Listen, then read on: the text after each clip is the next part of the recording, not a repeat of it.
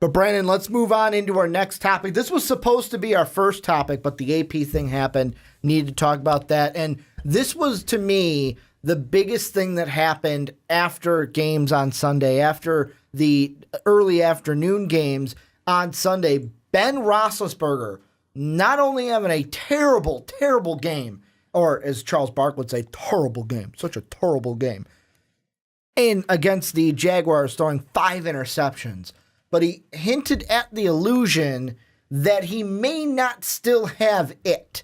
And I want to ask this because before this season, Big Ben had been saying he's considering retiring. Then he's like, you know what, I'm going to come back and play this season. I want to ask you, I'll kick it to you. Will 2017 be Ben Roethlisberger's final season in the NFL? Ricky, I don't know if I can answer that right now. I would have said no because Big Ben seems like the type of guy who just won't stop. Mm-hmm. It's like when guys go and try and bring him down for a sack, like he just won't go down. Like Can't stop, won't stop. Like I feel like he's the type of quarterback type of guy that just wants to keep coming back each and every year. He gives them a really good chance to win. You have good pieces. You've got great pieces. But I don't know. You have one bad game like that, and yes, it was a really bad game. But then to say maybe I don't have it anymore to reporters, here's the thing with that. Is that reporters are going into the locker room right after a game. Mm-hmm. Winning side, losing side. Winning side, easy. You know what they're going to say? We're awesome, blah, blah, blah, blah, blah, blah. Talking trash. Not necessarily, just more, we played really well. We did a great job. Give them, some credit too. They're a great football team, but we really came out. We did well. Losing side, never easy. Never easy. Because there is going to be someone who's really not happy and a lot of unhappy players, a lot of unhappy people. Mm-hmm.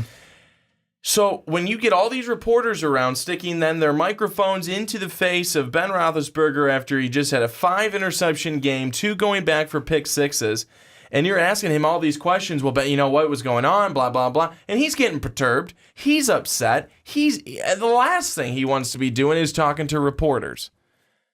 And, we've seen it plenty of times before with coaches or other players where they've said something, don't necessarily mean it, but in the heat of the moment, you're just ticked, you're annoyed, you want to get out of there, and you say something, well, maybe I just don't have it anymore.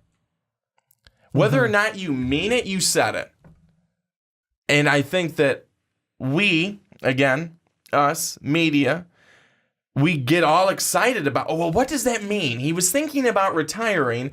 Does this mean that he really does want to retire right now? He's thinking about it like he'd like to be done now? Is he going to play hard for this team going forward? All these things jump into our minds and our questions that we want to ask, but it comes down to if Ben Roethlisberger comes out and he plays well this next week against the Kansas City Chiefs, poof, it's all gone and everything is right again with the world. See, here's the question, though. Will he? And I'm not expecting another 0 touchdown, 5 interception performance, but the thing I heard on ESPN, I think it was SportsCenter, it might have been Ryan Clark who was talking about this because I think it was on SVP, his SportsCenter show.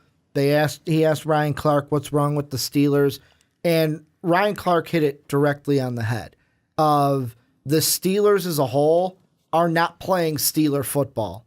Will this be Big Ben's last season? Probably not. Should it be? Probably so. That's where I'm leaning right now. Like, if I'm Big Ben, as soon as you have the thought of, I don't care how you say it, if it's in passing, if it was meant to be said, as soon as the words come out of your mouth of, maybe I don't have it, that means the thought's in there. Something was in your head that made it come out, whether it was supposed to come out or was subconsciously come out.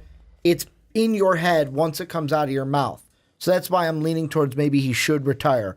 However, with the Steelers, not playing Steeler football, Antonio Brown bitching about how he needs to get the ball more. And going back to that just for a moment, I have never seen him like that before. Complain that he's not getting the ball enough? I've never seen that. I've never seen Antonio Brown, Antonio Brown of all people, be someone to complain on the sidelines that he's not getting the ball. He's the only one who gets the ball on that team. He hasn't been a player that's shown his wide receiver diva stereotype.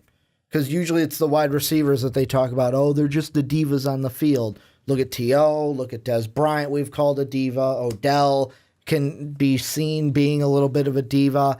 But then you have, compound that with the Le'Veon Bell holdout that we had this offseason before he came back. Was he really working out while he was holding out for more money? First couple of games didn't look like it. Now you got Big Ben in this comment. And then also on top of that, you had also in the wide receiver core again, I want to say it was Sammy Coates, and I want to say it was either Coates and Eli Rogers or Coates and Smith, Juju Smith, who it was someone where you had a back and forth between a new rookie and a wide receiver on this team during training camp, during the offseason on Twitter. I want to say it was right after the draft, after Juju was drafted, that him and Sammy Coates had a little bit of a back and forth on Twitter. You had that, Le'Veon Bell, Antonio Brown, now Big Ben. And then on top of that, the distraction of the whole, with the Bears game, staying in the locker room, not staying in the locker room, the whole national anthem thing.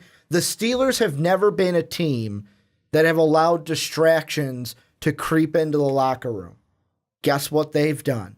They've let distractions creep into the locker room. Look at the end of last year with the whole cell phone thing and recording the locker room. It was after, I think, the loss to the Patriots that happened, where you got all upset about that. This has never been a team that has let all these distractions creep in, and this season has been totally non-Steeler-like from the Pittsburgh Steelers. It hasn't been, and they're 3-2, and the things are kind of now up for grabs in the AFC North. Hell, even the Browns could still win the division. I am so 0-5 Browns. I am so surprised, really, with what's going on with the Pittsburgh Steelers, and just to pretty much all your comments that you made, and that's the reason I'm surprised. But I think Mike Tomlin's doing a good job of trying to keep it on track and saying, the same type of thing. Big Ben, it's, he is an emotional guy. There's a lot that goes into playing these games. There's a lot that goes into competition and competing. And then when you do not win in that competition, coming off and you taking it hard, you taking it hard. I mean, not necessarily just because you had a bad game, but because the team didn't play well. You performance-wise, individual performance wasn't good. Team overall, not good. I mean, the Steelers didn't score a touchdown. They scored three. They kicked 3 field goals, correct? They didn't get a touchdown that day. I don't think so. On Sunday. They were not good. And that's everybody.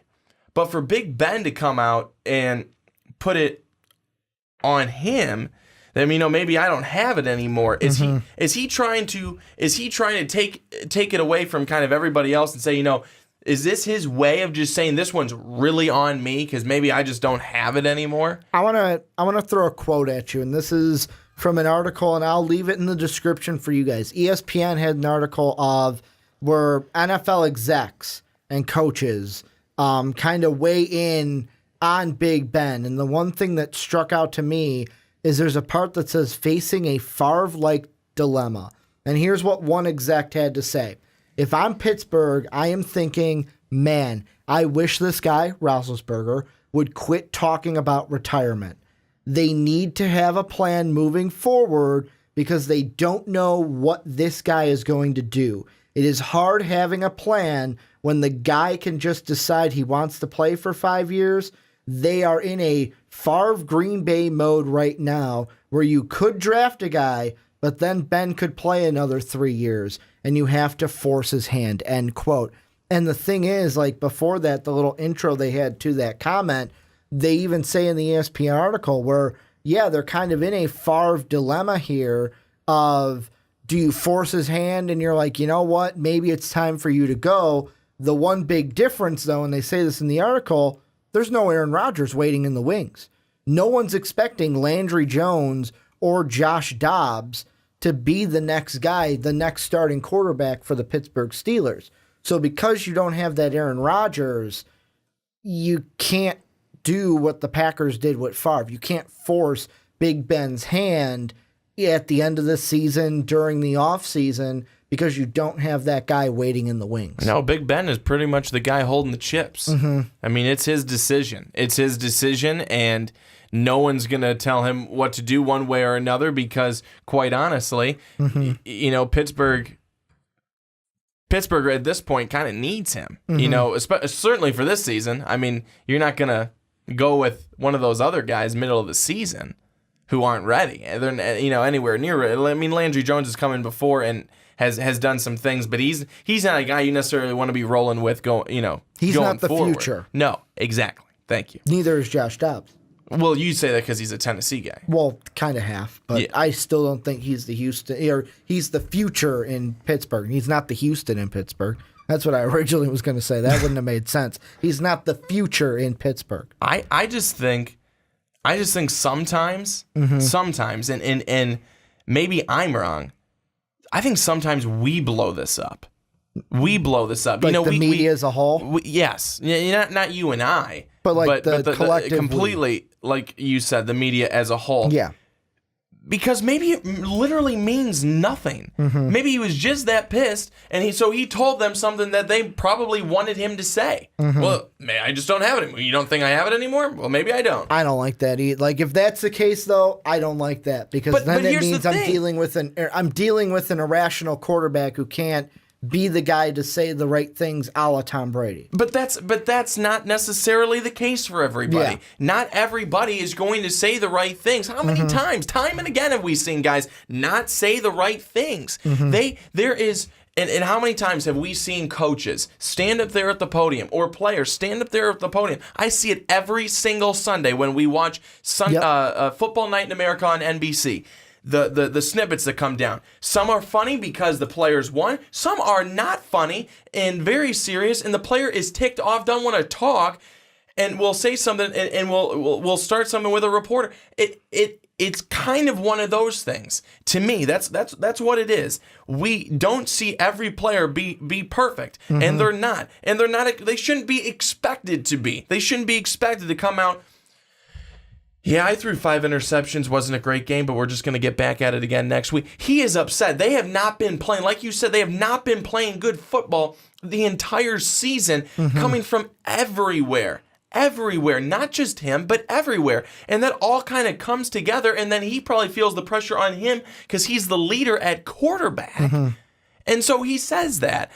I am not rushing to say that Big Ben's going to retire tomorrow or that he's going to retire at the end of the season. What he said in the offseason, though, makes you think, these comments wouldn't make me think it, but him saying what he said in the offseason, then these comments, you think, okay, what you said earlier, Ricky, if you're thinking it in your head and then it comes out, it's because you were thinking it. It comes out because it was somewhere in there.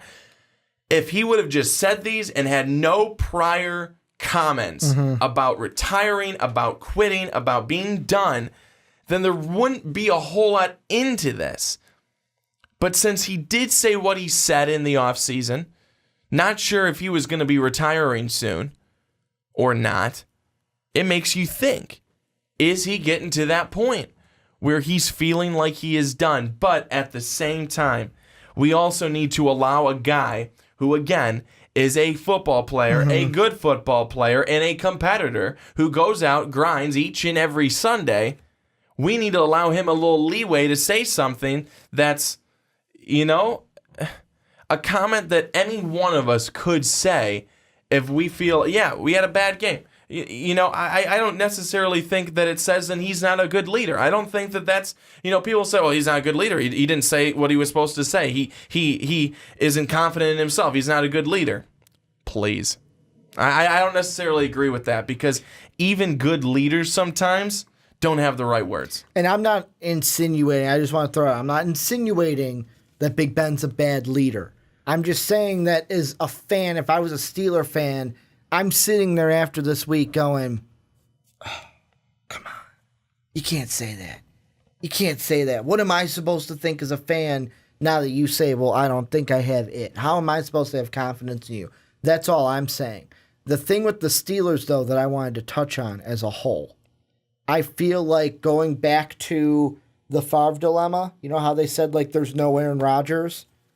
The Steelers are, though, right now, I feel like, in the exact position the Packers were. This season for the Steelers could be the 2004 season that the Packers had, where Packers that season went to the wild card game, hosted the Vikings. Vikings beat them 31-17 in that game. That next draft, they had the 21st pick in the NFL draft. Who did they take? Who did they take in 2005, 24th overall? He's starting for him for quarterback right now, Aaron Rodgers. And Aaron Rodgers sat behind Brett Favre for the 2005 season, 2006 season, 2007 season before they eventually forced Brett Favre's hand, traded him to the Jets, and Aaron Rodgers took over in 2008. That's where the Steelers are right now. And what better year to go and get a quarterback in the first round? You don't need Sam Darnold. You don't need Josh Rosen. You don't need one of the quarterbacks at the top. What if you just evaluate a guy like, and this is still early, like remember our mock draft that we did for the Primetime Podcast? Who did I have? Do you remember what quarterback I had going to the Steelers late in that draft? Lamar Action Jackson. Yeah. That's who I had. Was. Now, am I saying he's the for sure one? No.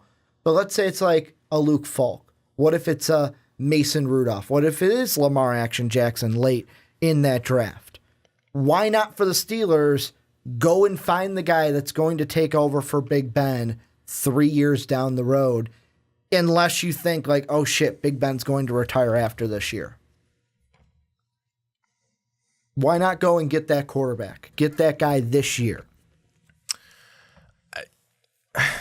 The Steelers are they're just in a tough spot. They need to really be evaluating and probably be evaluating right now exactly what they're going to do, because they certainly doesn't look like can wait till the end of the season to try and figure things out. They need to try and start doing it now if they can, and be evaluating these college quarterbacks and seeing which one they think is going to be best, and seeing which one, okay, can we do something, go for a guy who maybe isn't quite there yet, but knowing that Big Ben, maybe he is going to be around for another year, another 2 years.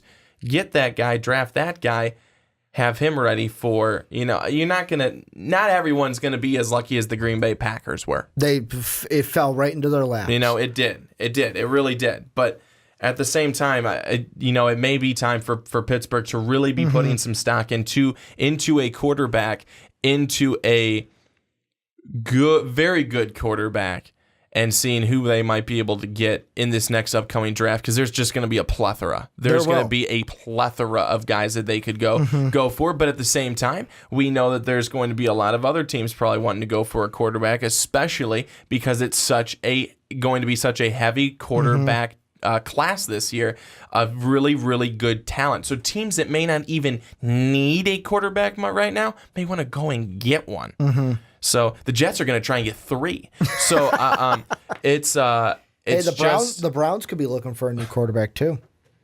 We'll touch on that though. We'll touch on that. Foreshadowing into the next segment. Look at you go. But right now, I think to make all this go away, it's just a good game and a good performance from Big Ben. Do you think Big Ben has what do you expect from him? I believe the game's at Arrowhead. It is. What do you expect from him at Arrowhead against the Chiefs? And you smile because I say at Arrowhead, and you being the Chief fan is like, yeah, it is. I'm excited about that. It's going to be a struggle for him. The game's at Arrowhead. I think that this Chiefs team, especially with how good it's been, 5-0, undefeated, only undefeated team left in the NFL. Thank God I picked up Alex Smith in fantasy. There you Thank go. God. Alex Smith is having his best season, I think, of his life this year. But that's where, Big Ben, he does need a good game, but I don't know if he's going to be able to get it this week, because the Kansas City Chiefs, they have been tough. They did a really good job this past weekend against Houston. It's it's going to be a bit difficult.